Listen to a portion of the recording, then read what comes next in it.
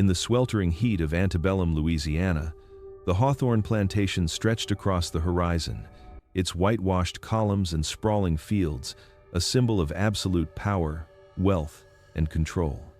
Colonel Gideon Hawthorne ruled with pride and paranoia, his cruelty masked by a facade of order and civility. Among the enslaved, Elias watched quietly, learning the patterns of authority, the fractures in obedience, and the whispered acts of defiance. In kitchens, workshops, and shadowed fields, secret alliances formed. Hidden plans took root, and the seeds of vengeance stirred. Survival demanded choices that blurred morality, loyalty, and conscience. This is a story of power corrupted, of obedience twisted into complicity, and of a conspiracy that would erase a bloodline. Every secret, every act of resistance carried consequences that echoed beyond the plantation, leaving a shadowed legacy that haunted the land long after its walls fell silent. Sorry for the interruption. Where are you tuning in from? Drop it in the comments. The sun rose over the sprawling expanse of Hawthorne Plantation, casting long, rigid shadows across the red clay and fields that had known centuries of toil. The main house, a stately brick mansion with white columns, bore the weight of both grandeur and decay. Its paint peeled in places where storms had battered the walls. The shutters sagged from years of neglect, and yet, from a distance, it still seemed a monument to power, a symbol of control over land, labor, and legacy. The air was thick with the scent of sweat and iron, the faint sweetness of tobacco leaves drying in the barns, and the pungent odor of animals confined to pens that had seen generations of livestock pass through.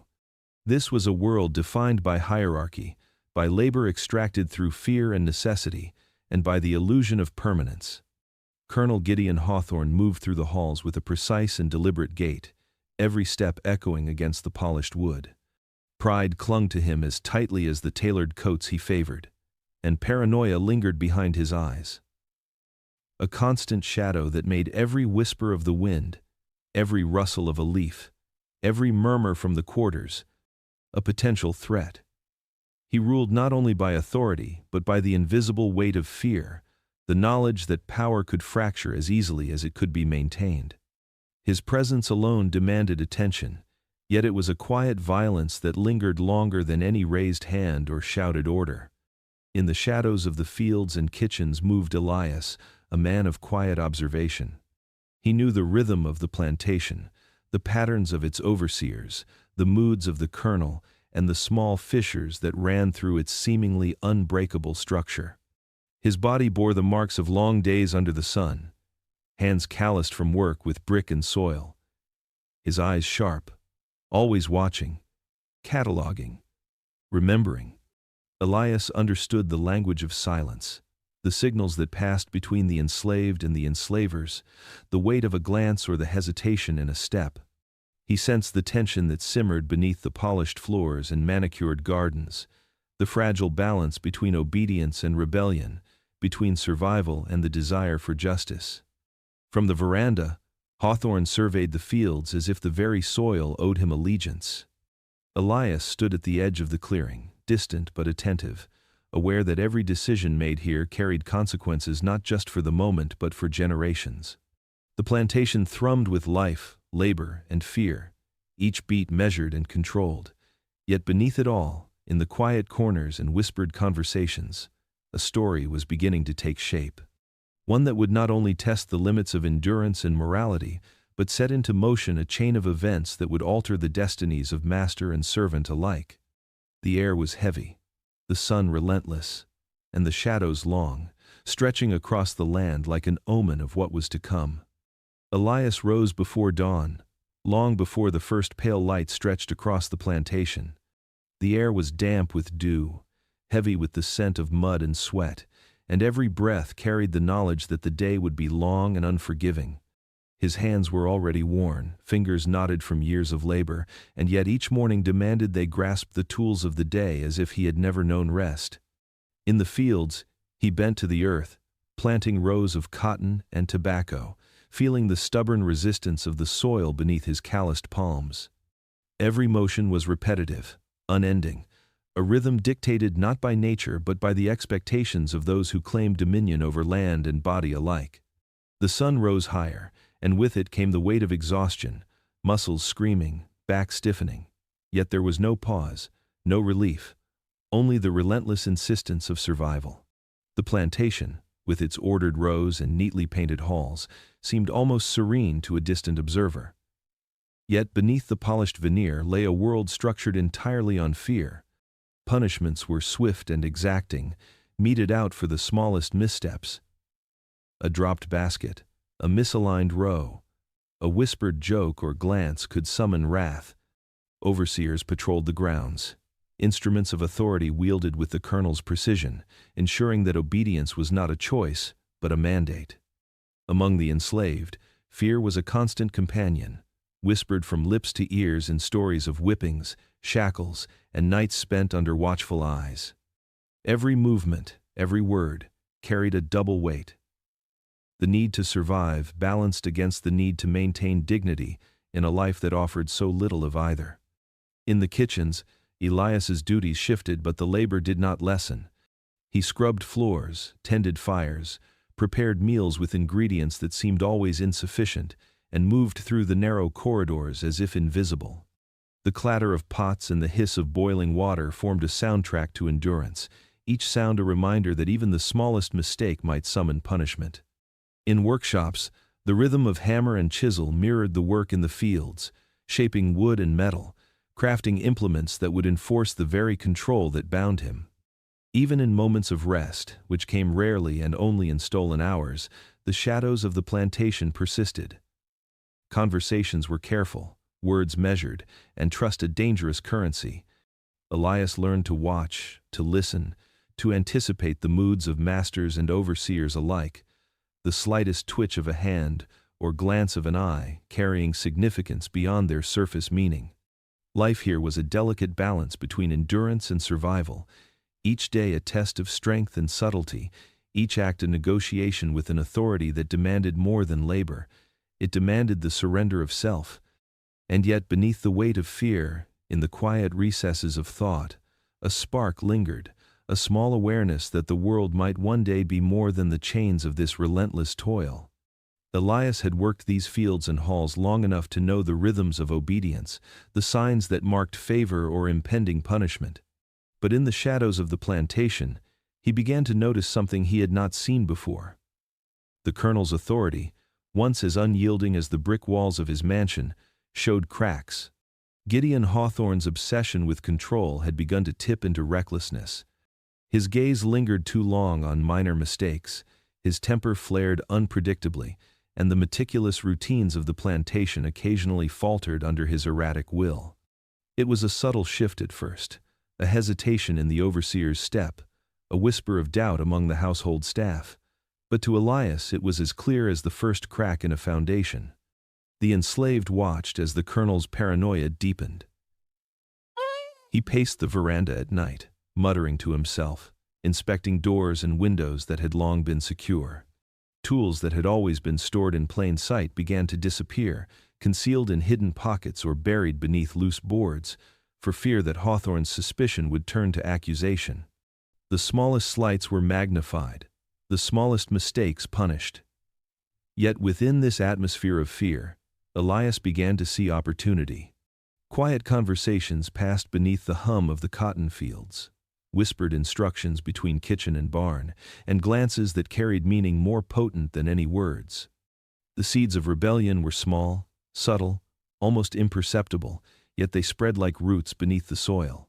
Elias learned which hands could be trusted, which ears were listening for secrets, and how to move with care while building connections that were invisible to the colonel. Hidden tools, sharpened and ready, were exchanged with silent gestures.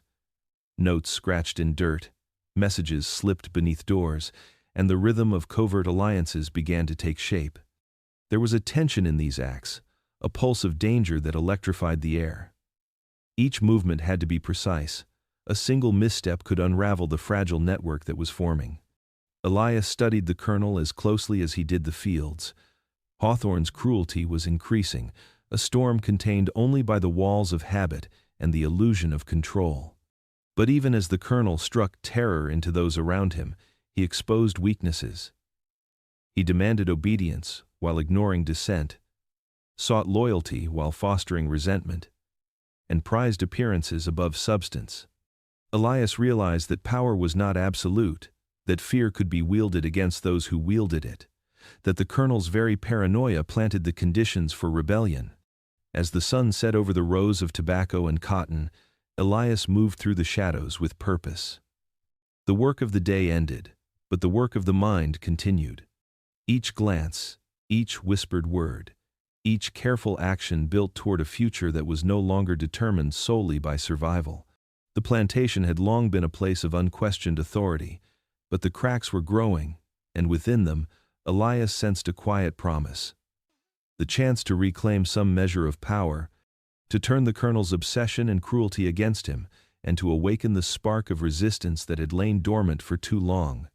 The night was heavy with the scent of earth and sweat, and beneath it, a new rhythm was emerging, slow, deliberate, and dangerously potent. Colonel Gideon Hawthorne moved through his plantation with the precision of a man who believed every action, every word, every glance was a measure of his authority. To the outside world, he was a model of Southern refinement, a landowner whose manners, attire, and demeanor bespoke discipline and honor. Visitors who arrived at the mansion saw the white columns, the polished floors, the gardens trimmed with meticulous care. They saw a man of power and taste, a man who maintained appearances with an iron hand masked by silk gloves. Yet behind closed doors, behind the careful image presented to neighbors and distant acquaintances, Hawthorne was something far more complex, far darker. In the dim light of his study, surrounded by ledgers and maps, he revealed himself to himself in ways no one else could witness. His ambition was not merely for wealth or land, but for absolute control. He measured loyalty with the same exactness that he measured crop yields, expecting obedience not out of respect, but out of fear and manipulation. Letters were intercepted, rumors spread intentionally, and small acts of cruelty were employed strategically. Each one calculated to tighten the invisible chains that bound family, workers, and household alike. Hawthorne's manipulation was subtle yet total. It touched everything, shaped everything, from the grand decisions of estate management to the minutiae of daily life for those who served him. The family, outwardly loyal, moved within invisible boundaries he had drawn. He demanded respect, devotion, and secrecy, punishing hesitation or dissent with a quiet cruelty that could be more devastating than open violence. Conversations were monitored, alliances noted, and promises extracted with a cunning that allowed him to maintain the appearance of benevolence even while exerting control. Every smile, every courteous nod, every gesture in the presence of outsiders was rehearsed, polished, and performed, masking the fear and tension that coursed through the household. Among the enslaved, Hawthorne's private depravity was more palpable. He saw them not as people but as instruments, tools to be sharpened, moved, and bent to his will. He orchestrated punishments with a cold calculation, knowing that the threat of pain, the promise of reward, and the manipulation of trust and loyalty would maintain the hierarchy more effectively than any single act of violence. Small cruelties were as potent as grand gestures of terror. He took note of whispered conversations, subtle defiance, and quiet glances that revealed discontent, and he turned them into opportunities to reinforce his dominion. Even as the plantation thrived under his command, Hawthorne's inner life was a shadowed labyrinth of obsession, vice, and control. His ambitions stretched beyond the land itself, reaching into the very psychology of those around him. He measured not just crops and profits, but fear, loyalty, and the fragility of human will. To outsiders, he was the epitome of order and success. To those who lived under his gaze, he was an omnipresent specter, shaping every thought and action, revealing in private the lengths to which a man could go when power became an obsession, when control became a vice, and when the surface of civility hid a heart that ruled through shadow and subtle terror. Elias moved through the plantation with a new awareness, one that had grown from years of careful observation into something sharper, more deliberate. The fields, kitchens, and workshops were alive with the unspoken discontent of those who toiled beneath Hawthorne's gaze, and Elias began to recognize the signs. A lowered voice, a furtive glance, the careful arrangement of objects to conceal them from prying eyes, all spoke to a quiet, simmering rebellion that had not yet found its form. He realized he was not alone in his understanding, not alone in his desire for something more than mere survival. In the shadowed corners of the barns and along the edges of the cotton fields, Elias encountered others whose loyalty had been worn thin by fear, cruelty, and exhaustion. They were men and women whose strength had been tested and bent, yet not broken, and whose minds still carried the sharp edge of resentment. Their conversations were careful, cautious, spoken in whispers that could vanish with the wind. It was in these moments, in these hidden exchanges, that the first strands of conspiracy began to weave themselves together. Elias learned the art of listening not only to words, but to pauses, inflections, and silences. Each small interaction became a thread in a web that could one day ensnare more than just the colonel's attention. The plan itself was vague at first, more instinct than strategy, born from the collective understanding that survival under Hawthorne's rule might demand more than endurance. There were hints of retaliation, of justice shaped by hands long denied freedom. Tools were hidden beneath floorboards and inside the walls of unused rooms. Messages were passed in shadows, written in dirt, or delivered through subtle gestures that outsiders would never perceive. Each act of subterfuge was small, almost invisible. Yet it carried with it the weight of possibility, the suggestion that the balance of power could be challenged. Even minor allies within the household were drawn into the fold, servants whose positions allowed access to the colonel's private affairs, who could manipulate information or create distractions at precisely the right moment. Elias recognized the danger, understood the stakes, and yet the potential for change and upheaval that could rewrite the rules of the plantation was intoxicating. Every whispered meeting, every concealed tool, every secret exchange built upon the last, layering intent with opportunity, shaping a plan that could no longer be undone. As night fell and the plantation quieted, Elias walked the shadowed paths alone, aware of the tension that now threaded through every interaction. The conspiracy was no longer a thought, it was a presence, a living network of intent and anticipation. He felt the pulse of it in the careful movements of the enslaved, in the nervous manner of those who were complicit, and even in the predictable obsessions of the colonel. Hawthorne's cruelty had unwittingly planted the seeds of his own vulnerability. In the stillness of the darkened fields and silent corridors, Elias understood that survival had become insufficient. The moment had come for more, and the first hints of deadly reckoning were taking root, slow and inevitable, in the hearts and hands of those who had long suffered in silence. The night had fallen heavy over Hawthorne Plantation, and the moon barely pierced the thick canopy of oaks and magnolias that lined the edges of the estate. Silence pressed against the fields, punctuated only by the occasional rustle of animals or the distant call of an owl. Elias moved carefully, each step deliberate, each breath measured. The plan that had been whispered, rehearsed in shadows, had reached its first grim culmination. What had begun as talk, as quiet rebellion and clandestine meetings, was about to transform into action. He had not imagined himself capable of this. The act that awaited him demanded more than courage. It demanded a surrender of morality he had clung to, a crossing of a threshold he had long feared. The other enslaved conspirators waited, their faces a mixture of resolve and apprehension. Their eyes met his in the dim light, silent questions and reassurances passing between them. Elias felt the weight of history in that moment, the sum of years spent under the colonel's tyranny pressing down upon his shoulders. The first act of lethal revenge was never clean or easy. It demanded a clarity of intent that was painful to grasp. The target, one of the colonel's overseers, had been cruel beyond reason, enforcing punishments with particular malice, humiliating those already broken by labor, and punishing indiscriminately.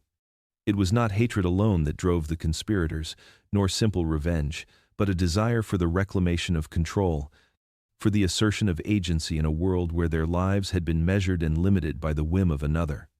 Elias had argued with himself endlessly in the preceding hours, weighing morality against necessity, conscience against survival, the risk of discovery against the impulse for justice. When the moment came, action was swift, practiced, and terrifying. Hands that had built, tended, and repaired the plantation structures now grasped implements intended to end life. Every detail was precise, honed by weeks of observation and quiet preparation. The overseer did not understand the movement of shadows until it was too late, until the consequences of his cruelty collided with the orchestrated vengeance of those he had thought powerless. In the aftermath, Elias felt a tumult of emotions that twisted within him. Relief at the success of the act battled with horror at its necessity. There was fear, too, the knowledge that discovery would bring death and suffering, not only for him but for everyone involved. Yet beneath it all was a strange, unsettling clarity. In this world of relentless oppression, morality was never absolute. Survival demanded choices that left no one unscarred.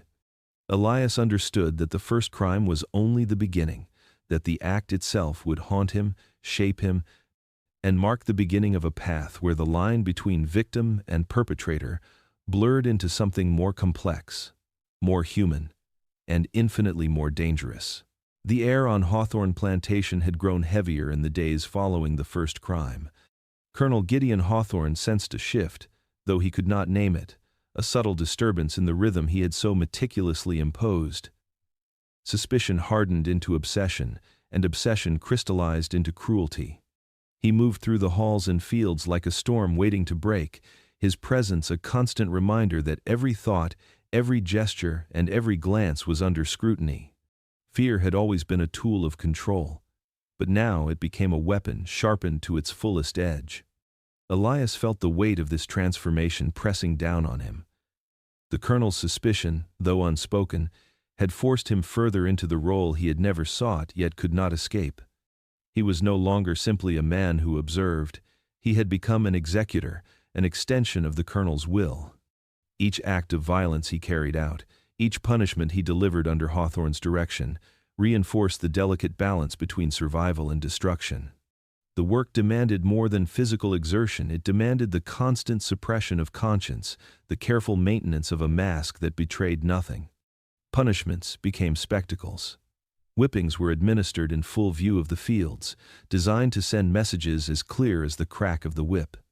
Those who faltered under the sun, who let a tool slip or misaligned a row, were made examples, their pain shaping the actions of those who watched in tense silence. Children learned to fear, not through stories alone, but through the living proof of what disobedience cost. Slaves whispered to one another with eyes lowered, voices hushed, their movements deliberate, every step weighed against invisible consequences. The plantation itself had become a stage, and Elias, whether he wished it or not, had become one of its lead actors. Hawthorne's cruelty was not indiscriminate. He measured its impact, calibrated it, ensuring that obedience was secured but rebellion remained a flicker that could be snuffed at any moment. Yet in this calculated terror, Elias recognized something almost paradoxical. Power always requires those who enforce it.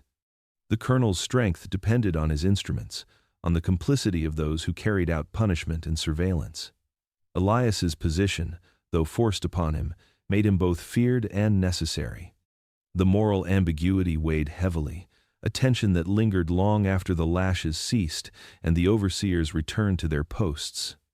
Each day, the fields, the quarters, and the workshop seemed to pulse with a living dread. Hawthorne's grip was absolute, yet it revealed fissures in the form of whispered alliances, quiet exchanges, and hidden acts of defiance that Elias both relied upon and feared might unravel. Control and fear were inseparable, intertwined, and inescapable, shaping every interaction, every movement. Elias understood now that survival required more than obedience. It required participation in the machinery of terror, and the realization of that fact left him haunted, alert, and ever aware that the balance of power on the plantation was as fragile as it was brutal. The Hawthorne mansion, grand and imposing, concealed tensions that ran far deeper than the fields or the overseers could ever reach. Within its polished walls, the colonel's family moved like pieces on a board, each step calculated yet rife with vulnerability. Gideon's ambition had always extended beyond land and labor. It encompassed the perpetuation of his bloodline, the preservation of his legacy. Yet even as he tightened his grip on the plantation, cracks began to appear within the household that threatened to undermine everything he had built. His eldest son, Nathaniel, carried the weight of expectation with a fragile pride that bordered on arrogance. He coveted recognition, hungered for the affirmation of his father's approval, yet was easily slighted, quick to perceive slights where none were intended. His younger sister, Clara, was no less ambitious, but her cunning was subtle, her influence exercised through manipulation and insinuation rather than open confrontation. Between them simmered rivalry, a quiet war of attention, status, and inheritance. The colonel, obsessed with control, failed to see how this rivalry festered beneath the surface, how every favor, every admonition, was recorded and interpreted by those who hungered for power. Other members of the family, more distant or less visible, carried weaknesses that were both glaring and hidden. Nephews and cousins visited the plantation occasionally, their lives and judgments shaped by wealth and leisure, untouched by the harsh reality of labor, yet drawn into its web by expectation and obligation. Each bore insecurities, resentments, or ambitions that could be leveraged, unknowingly contributing to the web of fractures spreading through the household. Even the colonel's closest confidants, tasked with maintaining order and loyalty, whispered behind doors, offering advice that was tinged with self-interest, subtly shaping opinions and decisions to their own advantage. Elias observed these tensions with quiet attention, noting how the colonel's relentless control over the estate contrasted sharply with the instability within his own bloodline. The heirs were vulnerable, their weaknesses magnified by isolation, and the ever-present pressure to satisfy Gideon's impossible standards. Arguments flared in hushed hallways, eyes darted with suspicion, and subtle acts of sabotage or deceit became commonplace, unspoken yet understood by all. The seeds of downfall were not yet visible in open confrontation, but they had been sown in glances, murmurs, and private resentments that grew with each passing day. In the shadows of the mansion, Elias realized that power could be both absolute and fragile. The colonel controlled the laborers, the fields, and even the fears of those beneath him, yet he could not control the human desires, rivalries, and insecurities of his own family. The very structure he sought to preserve was undermined from within, each member playing a part in the slow unraveling of his legacy. While Gideon tightened his grip on the plantation, Elias recognized the subtle signs of vulnerability, understanding that the fractures within the bloodline could one day be exploited, and that the seeds of destruction, planted in quiet ambition and petty envy, might yet bloom into a reckoning that even the colonel could not command. Elias moved through the plantation with a new weight upon his shoulders, one heavier than the sun-baked sweat of labor or the sting of the whip. In the quiet corners of the fields and along the darkened halls of the mansion, he began to confront questions he had long avoided, questions that clawed at his conscience and threatened to unravel the careful machinery of survival he had constructed around himself. The first acts of violence had been justified in his mind as necessary, survival-born, but now the moral certainty that once guided him wavered. Each life taken, each punishment executed, left an echo in the chambers of his thoughts, and Elias felt the sting of guilt as sharply as the lash of the overseer. The colonel's authority, once unassailable, now appeared in cracks and fissures that only those who watched closely could perceive. Gideon's obsessions and paranoia, his meticulous control over every detail of plantation life, had left him blind to the very forces he sought to command. Elias had become more than a servant, more than an instrument of terror. In secret, he had begun to recognize his own capacity for influence, the subtle power that came from knowledge, observation, and careful manipulation. Whispers among the enslaved carried hints of potential, of opportunity, and Elias found himself listening not just to survive, but to understand the shifting dynamics around him. The turning point was not a single moment, but a series of small revelations. The colonel's family squabbled with thinly veiled malice. His heirs undermined each other in ways that Gideon could neither anticipate nor control. Overseers, once loyal through fear alone, began to hesitate, their obedience tempered by self-interest and caution. The tools of punishment, the very acts that had secured Hawthorne's dominance, now revealed a paradox. In shaping obedience through terror, he had created intermediaries who held a measure of power he had never intended to grant. Elias grappled with this duality, understanding that the master depended on him, that each act of enforcement, each whisper passed in shadow, strengthened his own authority as much as it enforced Hawthorne's will. The line between loyalty and self-interest blurred. The enslaved had learned the patterns of the colonel, his obsessions, his triggers, and in learning them, they had acquired a subtle leverage. Elias began to recognize that the true power of the plantation did not reside solely in the colonel, but in those who, in secret, could bend the machinery of control without breaking it. The tension on the plantation escalated. Every glance, every command, carried new weight. Elias felt the strain of knowing that one misstep could unravel not just his life, but the fragile equilibrium of the estate. And yet, with that realization came a sense of clarity. Survival required more than obedience. It demanded comprehension, strategy, and an acknowledgement of the power inherent in those whom the colonel believed to be nothing more than instruments. The turning point was not an act of rebellion, not yet, but the awakening of understanding, the recognition that the balance of power had shifted subtly, dangerously, and irrevocably. In that awareness, Elias saw both opportunity and peril, and he understood that the course of what had long been a simple life of servitude was about to change forever. Elias felt the change within him as if it had been growing in secret all along, like a shadow stretched long and dark beneath the light of day. He had entered the world of Hawthorne Plantation as a man bound by chains, by labor, and by fear, yet every act of coercion, every enforced crime, had carved a different shape into his mind. Violence, once unthinkable, had become a language he understood, a tool he wielded even when it sickened him. Each step along this path left scars not visible to the eye but embedded deep within, where memory and conscience intertwined in a quiet torment.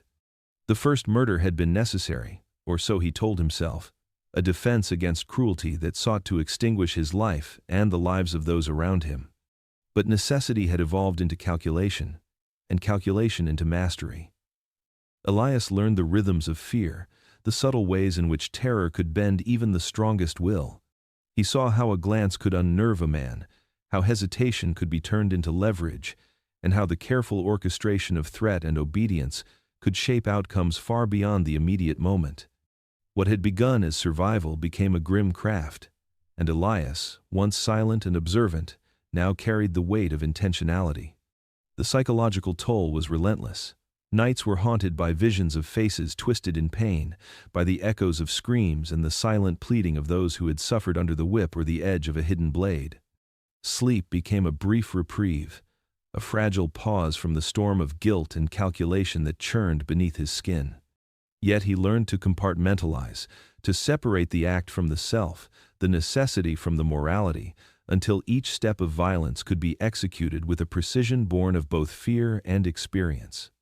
Coerced complicity had forced his hand, but the repeated choices, the accumulation of acts, transformed him in ways that even he could not fully articulate. The plantation itself had become a crucible, forging Elias into something both sharper and more dangerous than he had known he could be. Every day demanded vigilance. Every moment required negotiation with the delicate balance of obedience, rebellion, and survival. He understood the patterns of the colonel, the vulnerabilities of the overseers, the hidden alliances among the enslaved. Each calculated action, each careful deception, reinforced his own sense of agency, even as it deepened the moral chasm within him. By the time he paused to consider who he had become, Elias recognized that the line between victim and perpetrator had all but vanished. The path of the murderer was not a sudden descent but a slow, deliberate transformation, nurtured by coercion, honed by circumstance, and cemented in the grim calculus of survival. In the mirror of his own eyes, he saw both the enslaved man and the instrument of death, intertwined in a way that neither could exist without the other. The realization was chilling and empowering, a duality that would define him for the days, months, and years yet to come. Survival had demanded mastery of violence, and mastery had demanded the surrender of innocence. The mansion seemed to breathe in the darkness, its polished floors and grand hallways holding the secrets of decades. Elias moved quietly, the soft padding of his feet swallowed by the shadowed corridors, each step deliberate, each glance measured. He had learned the rhythms of the house, the way servants moved without speaking, the hidden nooks where whispers lingered long after they were spoken.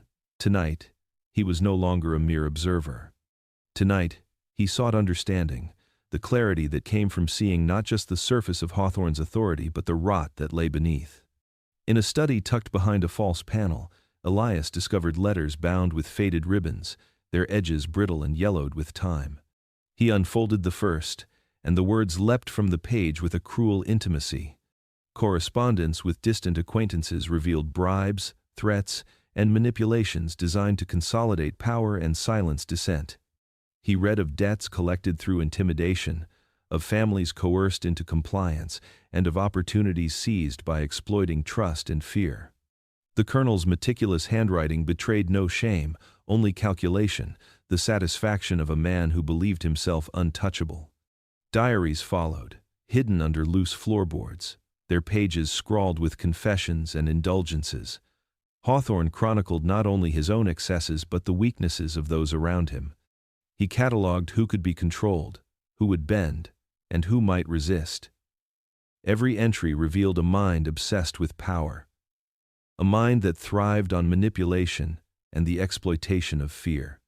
In the margins, Elias found notes of cruelty so specific, so deliberate, that he shivered at the precision with which the colonel engineered suffering.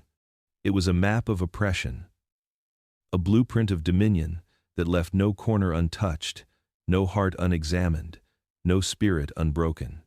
Whispers among the enslaved had hinted at this depravity.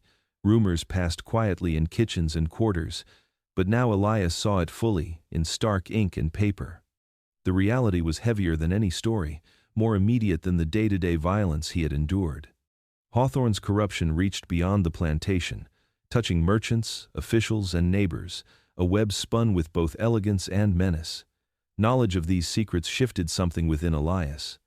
The first stirrings of revenge, previously abstract and cautious, became tangible, precise. He understood the colonel not just as a master or a tyrant, but as a man whose arrogance and vice had left him exposed in ways few could perceive. Elias realized that knowledge itself was power, and that the mansion, with its hidden compartments and whispered confessions, had given him a weapon more potent than any blade. Each letter, each diary entry, each unguarded truth became a thread in the tapestry of vengeance he now began to weave. The stage for exposure was set. The seeds of reckoning were planted in ink and shadow, and Elias, once a silent observer, felt the first certainty that justice, however dark and deliberate, was within his grasp. The colonel's secrets were no longer secrets, they were tools, and Elias understood that the balance of power might finally, irrevocably, shift. Elias moved through the plantation with a new purpose, his steps measured, his gaze sharp. The mansion, the fields, even the shadows themselves seemed to shift around him, carrying the weight of secrets he now understood and a strategy he had begun to craft. The first whispers of rebellion had grown into cautious murmurs, and he discovered that he was not alone in his awareness. Other enslaved people, hardened by years of oppression, shared glances and brief nods, subtle acknowledgments of understanding and intent. Some approached cautiously, testing loyalty before trust could be given. Others revealed themselves with quiet certainty, their resolve matched to the depth of their suffering. Elias recognized the delicate balance that had to be maintained. Each ally brought strengths, but also risks. Loyalty was fragile in a world where fear had long been the law, and betrayal could be born of desperation or opportunity. There were those who seemed steadfast, whose eyes carried the knowledge of pain endured and patience cultivated. They had learned to hide ambition behind obedience. to cultivate caution like a shield. Then there were those whose motives were opaque, who spoke in half-truths and smiles that did not reach their eyes, whose allegiance was bound to circumstance, to advantage rather than principle. Elias understood that even a single misstep, a misread glance or whispered word, could unravel the fragile network they were building. The conspiracy began to take shape in careful, deliberate ways. Tools were hidden, movements rehearsed, information exchanged in silence under the cover of night. Every act was calculated, every choice measured against both immediate survival and long-term consequences. Small acts of defiance, misdirecting overseers, sabotaging tasks, passing intelligence built a rhythm that was almost imperceptible to those who sought only to enforce obedience. Each act reinforced the sense of possibility, that the colonel's grip, so absolute in appearance, could be challenged if approached with precision and patience. Elias felt the tension tighten like a rope around his chest. Every conversation, every glance, carried deadly risk. A single betrayal could mean death, not just for him but for everyone involved. And yet, the peril itself sharpened resolve. The enslaved had endured cruelty for years, and now, with strategy and subtlety, they could turn the very mechanisms of fear into instruments of control over the master. Elias began to see patterns in Hawthorne's behavior, weaknesses in the colonel's routines, vulnerabilities in the family and household staff. The mansion, once a place of oppressive order, now offered corridors and opportunities, shadows and hidden passages through which the conspiracy could advance. By the end of the day, Elias understood that the conspiracy was no longer an abstract notion. It was alive, moving through the quarters and fields, carried in eyes and gestures and whispered plans. Each step brought them closer to a reckoning, a moment when fear would no longer belong solely to the enslaved, and when the carefully maintained facade of Hawthorne's control might finally crumble. The risk was immense, the danger constant, but the promise of change, even revenge, gave Elias and his allies a focus sharper than any blade. The conspiracy tightened around the colonel, unseen but inexorable, growing with every calculated choice and every shadowed alliance. The first light of dawn filtered weakly through the plantation mist, casting long shadows across the brick courtyard where Elias had labored countless hours under the Sunday. But this morning was unlike any before. The air itself seemed heavy, taut with anticipation, and Elias moved with a deliberate purpose, each footstep muffled by the soft, damp earth. Weeks of planning and whispered alliances had led to this moment. The conspiracy was no longer theoretical, no longer a series of half-formed threats. Today, the trajectory of the plantation and of Elias's own life would be altered forever. The target was clear, chosen not out of cruelty but necessity. A member of the colonel's household, loyal beyond reason, unyielding in obedience, had become an obstacle. Their presence threatened the fragile web of secrecy Elias and his allies had painstakingly woven. Each movement was choreographed, each gesture practiced in silence. As the loyalist entered the courtyard, Elias felt the cold clarity of inevitability settle over him. There was no hesitation now, no room for doubt. The act he had rehearsed in his mind so many times would finally be executed in reality, and the weight of it pressed against his chest with suffocating intensity. The blow was swift, precise, and merciless. Blood darkened the bricks beneath their feet, a stark testament to the consequences of loyalty in a world ruled by fear and cunning. Elias felt a surge of conflicting emotions, revulsion at the necessity, adrenaline at the execution, and a strange, unsettling sense of empowerment. The plantation, once an unbroken chain of control under Gideon Hawthorne, now bore the first cracks in its foundation, and Elias understood that his role as instrument of violence had become irrevocable. There was no turning back, no possibility of innocence restored. The consequences rippled outward almost immediately. Servants and enslaved workers moved with an uneasy awareness, sensing the shift in power though unsure of its full nature. Whispers spread like wildfire, subtle at first, then gathering momentum as eyes met in silent acknowledgement. Even the colonel, preoccupied with his own obsessions and vices, began to perceive the tremors beneath his feet, the first hints that his control was slipping. Fear now mingled with uncertainty, a dangerous combination that could destabilize the household more effectively than any single act of overt defiance. Elias stood among the shadows, heart pounding, aware that this was only the beginning. The murder of the loyalist had cemented his transformation, marking the moment when survival and strategy merged with the dark calculus of vengeance. The plantation itself seemed to hold its breath, watching as the balance of power shifted imperceptibly but irrevocably. Blood on the bricks was not merely a symbol of violence, it was the first tangible proof that the Colonel's empire of fear could be penetrated, that the carefully maintained order was vulnerable, and that Elias, once a silent observer, now wielded a power that would shape the destiny of everyone within the walls of Hawthorne Plantation. Gideon Hawthorne paced the dimly lit halls of the mansion, his boots echoing against the polished wood, each step a drumbeat of suspicion and dread. The events of the past weeks had unsettled him more than he cared to admit. Something had shifted on the plantation, a subtle disturbance that gnawed at his instincts, and he could no longer dismiss it as coincidence or misfortune. Every glance from a servant, every hushed conversation in the quarters, seemed loaded with hidden meaning. The Colonel's eyes, sharp and calculating, missed nothing, and yet he felt increasingly unable to grasp the full scope of what was occurring under his roof. Surveillance intensified.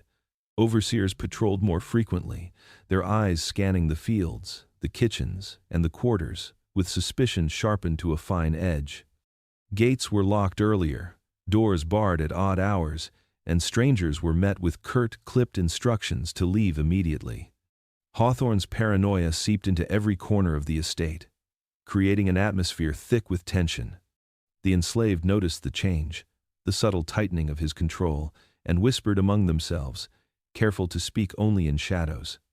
Elias, moving through these corridors with practiced caution, felt the weight of this scrutiny, each step measured against the possibility of discovery.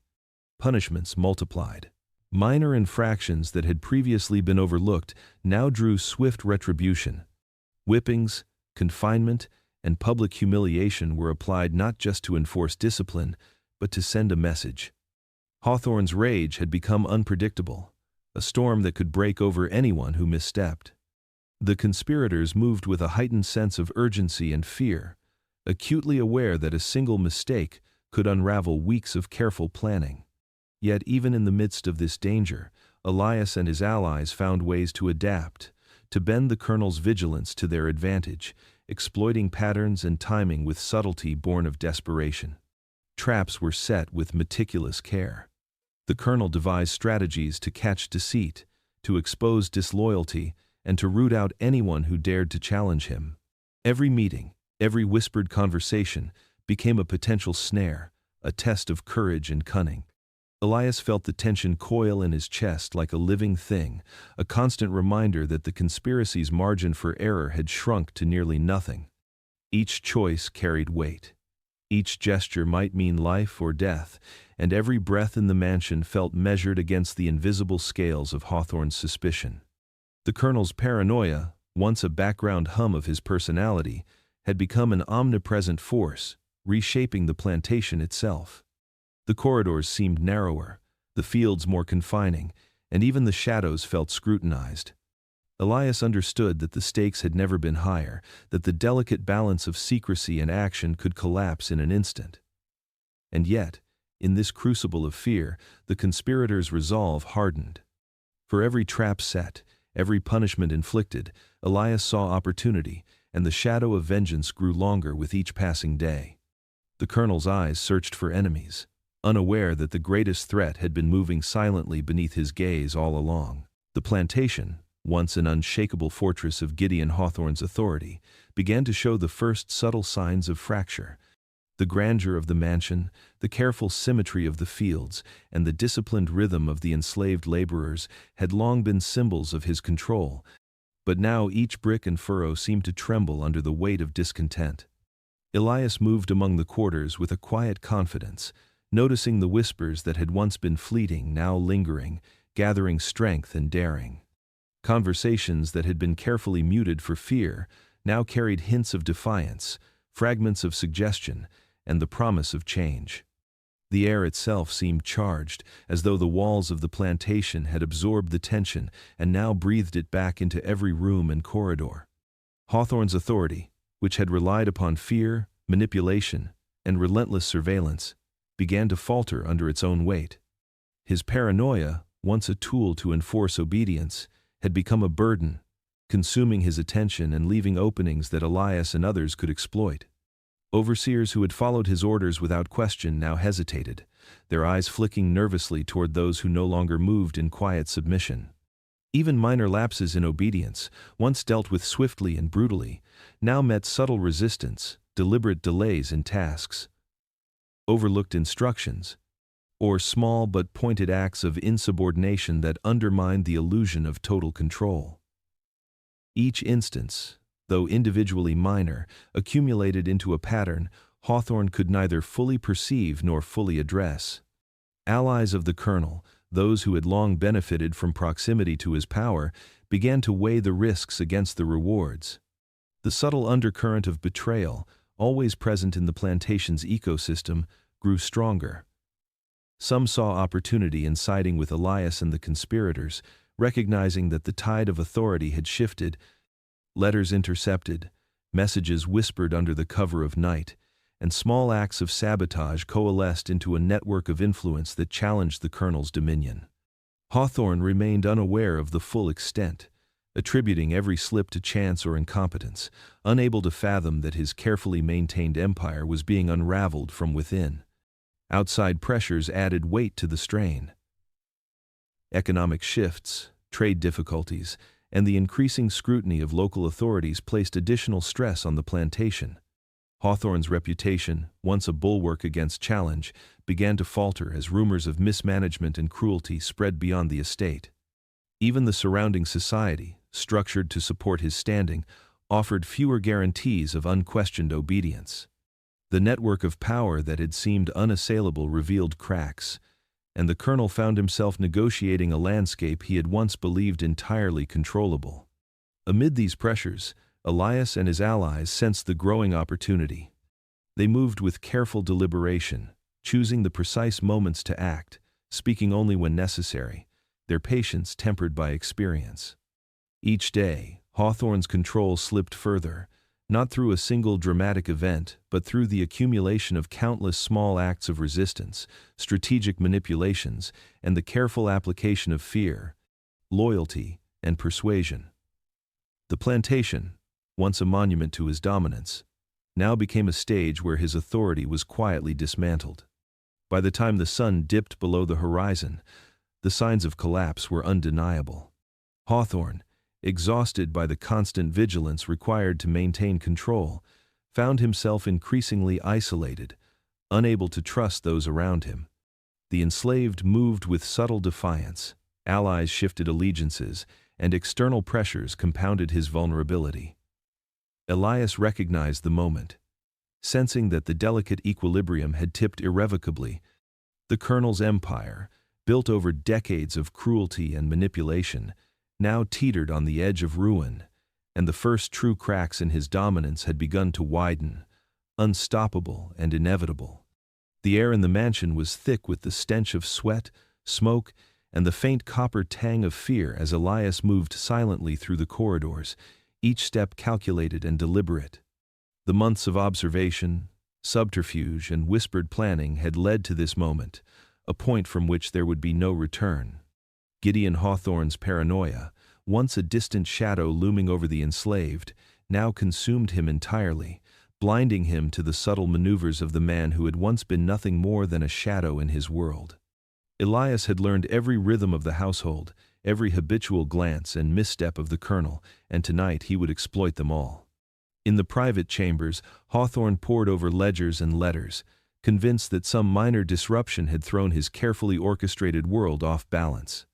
He suspected nothing of Elias, seeing in him only the familiar obedience that had been cultivated over years of labor and fear. But Elias had changed. The man who once bent beneath the weight of oppression now carried the precision and cold certainty of someone who understood the absolute stakes. The first act would be decisive, striking at the heart of the colonel's authority and exposing vulnerabilities that could not be repaired. Elias moved with the ease of someone who had walked these halls 1,000 times, slipping past guards, avoiding the watchful eyes of the overseers, and entering spaces thought secure.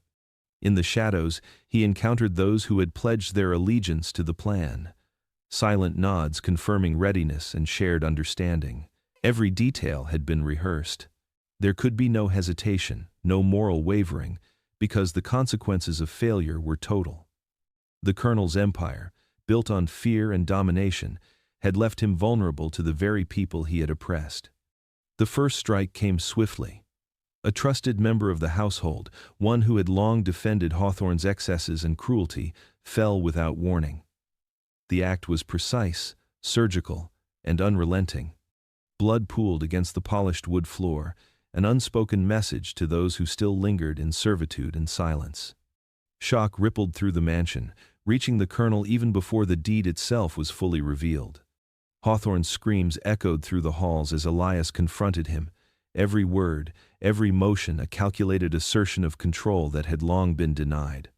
The colonel's authority, once absolute, shattered in the wake of the violence that could not be undone. The repercussions were immediate. Members of the household who had relied on the colonel's power now hesitated, unsure where loyalty should be placed. Whispers became open questions, subtle gestures of defiance multiplied, and the very structure of fear that had governed the plantation for decades began to collapse. Elias had not acted in anger alone, but with the precision of someone who understood the intricacies of domination, survival, and revenge. He exposed not only the colonel's vulnerability but the fragility of a system built entirely on terror and coercion. Hawthorne's bloodline felt the consequences instantly. Heir after heir, once protected by intimidation and control, now faced the reality that their inheritance carried only the weight of fear, guilt, and impotence. Family members who had assumed immunity discovered that loyalty could no longer guarantee safety. The mansion, once a fortress of legacy, became a theater of reckoning where the sins of the past could no longer be contained. Elias stood amidst the chaos he had wrought, fully aware that the plantation, the family, and the very narrative of Hawthorne dominance had been irrevocably altered. By the first light of morning, the aftermath was clear. The colonel, broken and exposed, was a shadow of the man who had once ruled with unchallenged authority. The bloodline, tainted by cruelty and now beset by betrayal, faced an uncertain future, its power extinguished in a single night of decisive action. Elias, having executed the final betrayal, understood that survival had demanded this violence, and that justice, long denied, had finally been served. The plantation, though still standing, no longer belonged to Hawthorne. Authority had collapsed completely, leaving only the careful reckoning of consequence and the promise of change to shape what came next. The first light of dawn spilled across the Hawthorne plantation, casting a muted glow over a world irrevocably changed. The mansion, once a monument to Gideon Hawthorne's authority, now bore the scars of upheaval. Shattered doors, toppled furniture, and the faint, lingering scent of blood and smoke marked the aftermath of the violence that had ripped through the estate. The fields, once meticulously ordered, were trampled and uneven, the work of labor interrupted and neglected in the chaos that had engulfed the household. The estate, long a symbol of control and dominance, had become a testament to the fragility of power built on fear and cruelty. The colonel's family was unrecognizable in its fracture. Hawthorne himself, once a figure of imposing presence, was reduced to a man broken by betrayal, his arrogance and certainty stripped away. He sat in the shadows of his study, clutching remnants of authority that had vanished in a single night, his eyes hollow with disbelief and rage. His heirs, who had long relied on inherited privilege, now faced a future unmoored from protection or influence. Rivalries that had simmered beneath polite conversation erupted in fear, grief, and accusation, leaving no room for reconciliation. The bloodline, once carefully cultivated and guarded, had been undone not by external force, but by the very mechanisms of control Gideon had wielded against others. Elias moved through the estate with cautious awareness, each step heavy with the weight of what had been done and what remained. Among the enslaved, reactions were varied and profound. Relief mingled with apprehension, and whispers of hope circulated in the quarters. For some, the collapse of Hawthorne's dominance meant the possibility of a new life, a chance at autonomy long denied.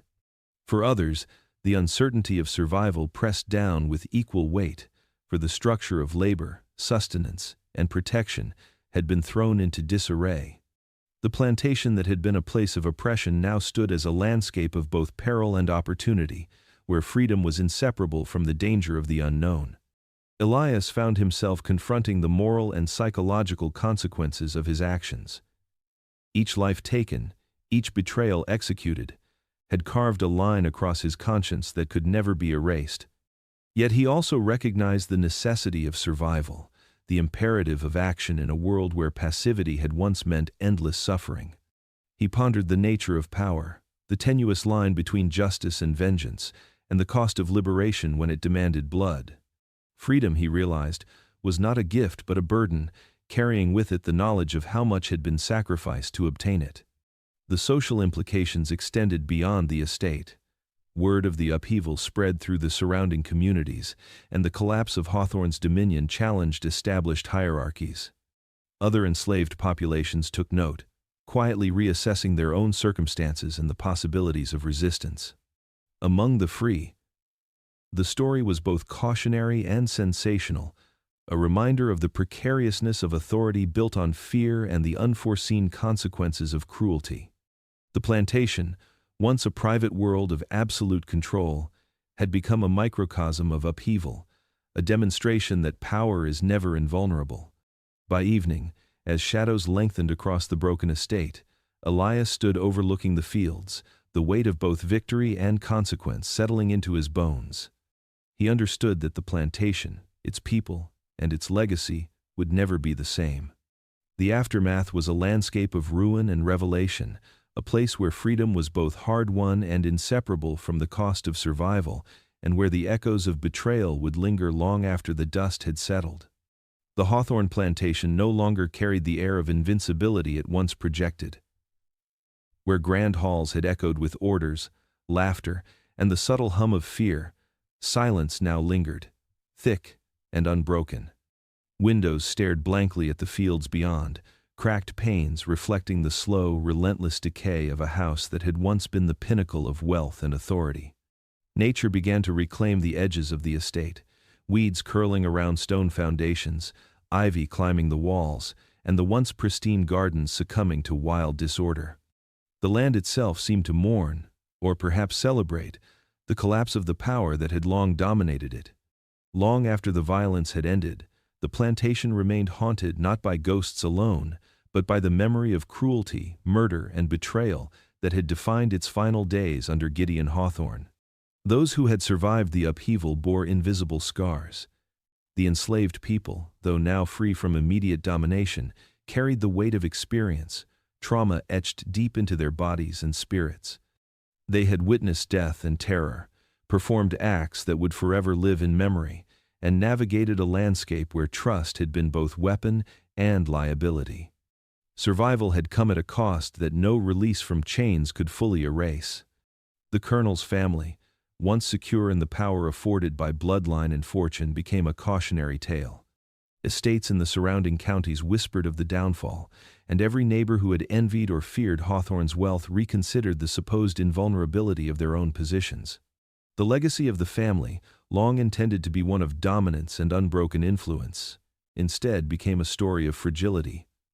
A reminder that cruelty and manipulation, no matter how meticulously maintained, could collapse under the weight of human will and circumstance.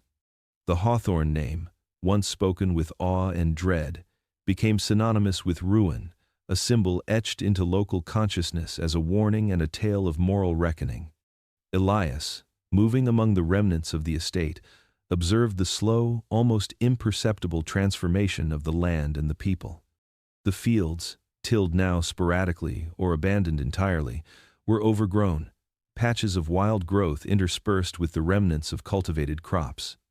Animals wandered freely where they once had been confined, and the structure of labor had dissolved entirely, leaving only the skeletal reminders of what had once been a tightly controlled operation. The plantation, in its ruin, became a mirror, reflecting the consequences of ambition untempered by conscience. Every collapsed fence, broken window, and hollowed hearth was evidence of how absolute control could, in time, fracture irreparably. The story of the estate spread beyond its borders, reaching towns and farms along the river, whispered by travelers and shared in hushed tones among those who had known Hawthorne's cruelty firsthand. It became a historical warning, a caution that power built on fear and oppression could not endure indefinitely. Local children learned of the Bloodline's destruction and the shadow of betrayal that had consumed the mansion. The estate, even as its walls crumbled and its roof caved under neglect, carried a presence, a reminder of the cost of tyranny and the inevitability of decay when morality is ignored. At dusk, Elias stood upon a hill overlooking the overgrown fields, the mansion silhouetted against the dying light. He understood the weight of history pressing down on him, the enduring shadow of past violence and conspiracy that had irrevocably shaped the land. The plantation, once a symbol of pride and dominance, now existed as a monument to ruin, corruption, and the inexorable consequences of human cruelty. Its story would linger for generations, a warning whispered among the living and remembered in the earth itself, a testament to the shadows cast by betrayal and ambition. The Hawthorne name, once carried with certainty and reverence, faded like smoke through the fingers of those who had once claimed it. Heirs who had inherited privilege now faced lives stripped of protection, wealth, and status. Some fled the remnants of the estate, wandering into neighboring towns and plantations, hoping anonymity would shield them from judgment and the consequences of their forebears' cruelty. Others remained, clinging desperately to fragments of the family's former power, only to find it slipping through their grasp, eroded by the whispers of betrayal and the slow unraveling of influence. The lineage that had promised strength and dominance now teetered on the brink of oblivion, their legacy consumed by the chaos that Elias had helped ignite.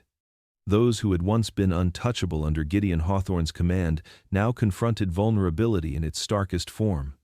Estates that had relied on the colonel's authority fell into disrepair, debts went unpaid, and alliances with other powerful families dissolved.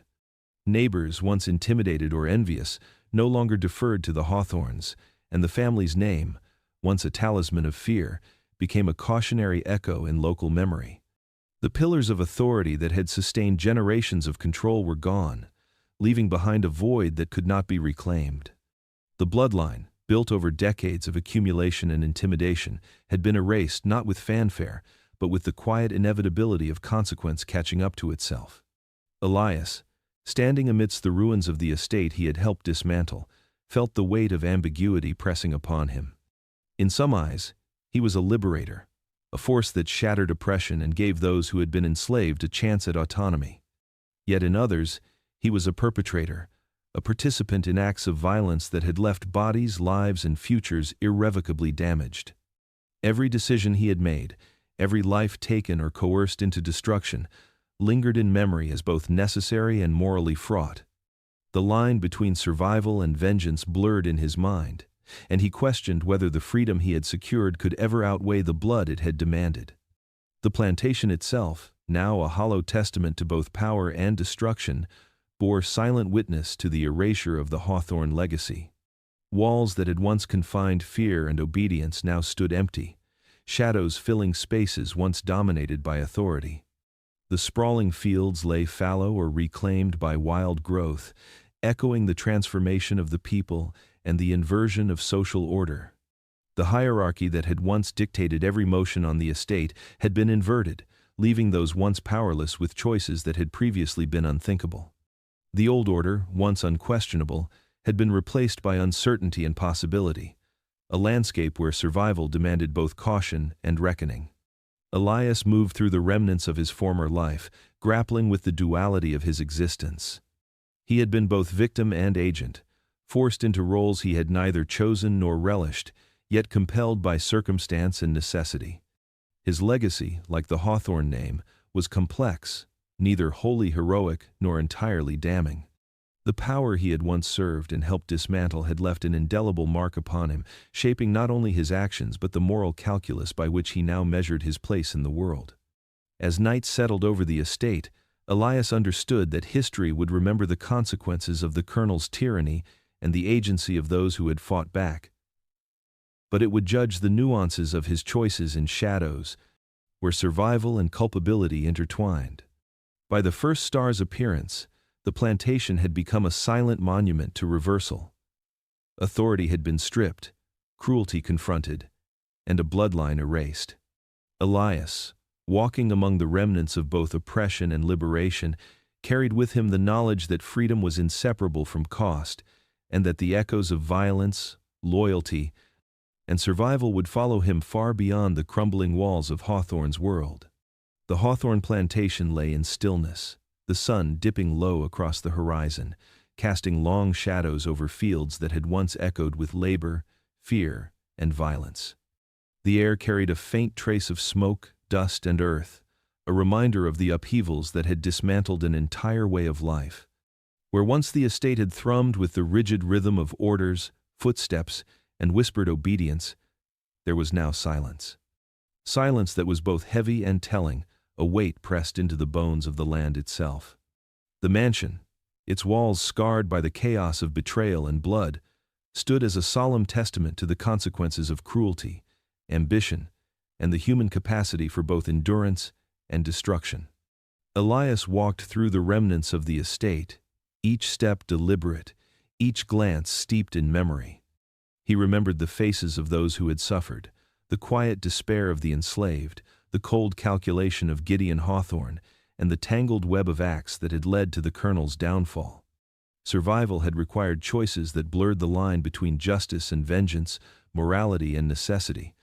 The lessons of those years pressed upon him. Power can corrupt absolutely, obedience can become complicity, and liberation is often inseparable from the shadows it leaves behind. In the quiet of the plantation, Elias felt the weight of the conspiracy he had helped shape, knowing that the echoes of his actions would ripple far beyond the boundaries of the land he now surveyed. The psychological toll of oppression revealed itself in every corner of the estate. Rooms that had once held laughter and fear now housed only memories, the imprints of labor and violence lingering in the cracked floors and warped walls. The enslaved who had survived the upheaval carried invisible scars, each action of defiance or compliance etched into their spirits. Trust, once broken, proved difficult to restore, and the shadow of betrayal remained a silent companion. Even freedom, though real and tangible, was fraught with the cost of what had been endured to achieve it. Elias knew that survival often demanded acts that would haunt a person for a lifetime, that the line between victim and participant was never as clear as one might wish. Beyond the estate, the story of the Hawthornes became a cautionary tale. Neighbors and travelers recounted the downfall with a mix of fascination and fear, passing along the narrative of power undone by cruelty and of a bloodline erased through a combination of manipulation and courage. The plantation itself became a symbol, not only of historical decay but of the fragility of authority, the inevitability of consequence, and the complex morality woven into acts of rebellion and survival. Every broken window, collapsed fence, and overgrown field was a testament to what occurs when tyranny meets resistance, when cruelty sows the seeds of its own undoing. As night fell, the stars emerged over the plantation, their indifferent light casting the final shadows over the ruins. Elias stood alone, feeling the weight of generations pressing in both directions, the past he had endured and the future he had helped shape. The estate, silent yet alive with memory, embodied the dark story of human ambition, suffering, and resilience. Justice had been delivered in uneven, brutal measures, survival had demanded morally ambiguous choices, and the legacy of shadows stretched far beyond the physical decay of brick and timber. It lingered in minds, in hearts, and in the earth itself, a lasting reminder of the cost of power, the price of vengeance, and the enduring mark of human darkness.